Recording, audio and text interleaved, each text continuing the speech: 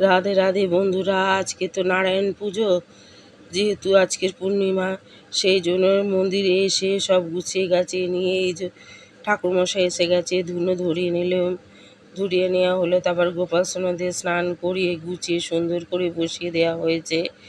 তারপর ফুলমালা দিয়ে সুন্দর করে সাজিয়ে গুছিয়ে নেওয়া হয়েছে।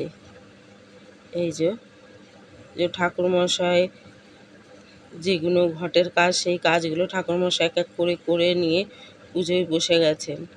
এই যে নারায়ণের সিন্নিতে এই যে সিন্নি মাখানো হয়ে গেছে, থালার মধ্যে ফল প্রসাদ, খই, মুরগি, বাতাসা সব এক এক করে ঠাকুরের সামনে ধরে দেওয়া হয়েছে। এই যে বাইরের ওয়েদারটা খুব একটা ভালো ছিল না, আজকে অন্ধকার মতন বৃষ্টি হয়েছে রাত্রিবেলা, সেই জন্য সকালের দিকে অন্ধকার মতনই ছিল। এই যে গোপাল সোনাদের স্নান করানোর পর জামাগুলো ধুয়ে দেওয়া হয়েছে। এইদিকে ঠাকুরমশাই পুজো শুরু করে দিয়েছেন। এই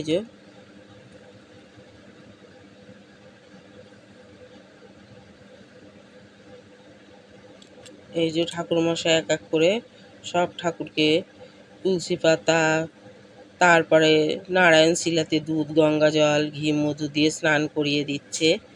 এই যে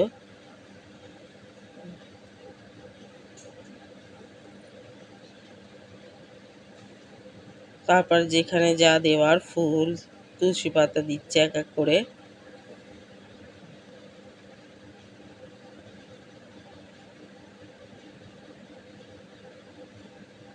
এই যে বই পড়ছে, কারণ নারায়ণের সিন্নি করার আগে বই পড়ে নিতে হয়, তারপরে সংকল্প করে নিতে হয়, তারপরে আরতি, তারপর পুষ্পাঞ্জলি, সব কিছু এক এক করে পরপর করে ঠাকুরমশাই শুরু করছেন।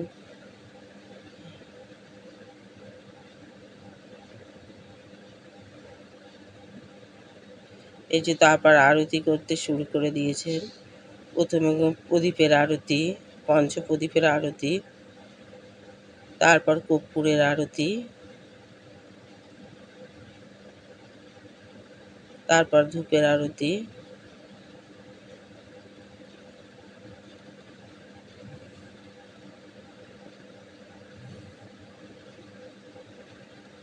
তারপর রুমালের আরতি।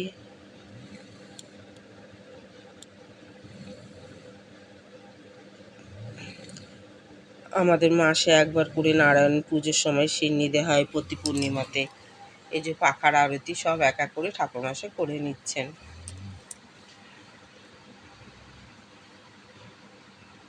তারপর চামড়ের আরতি,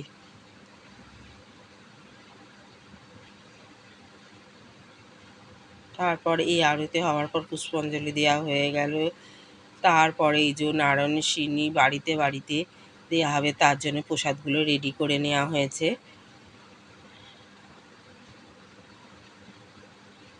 তারপর সমস্ত বাসনগুলো মেজে ধুয়ে পরিষ্কার করে নেওয়া হচ্ছে।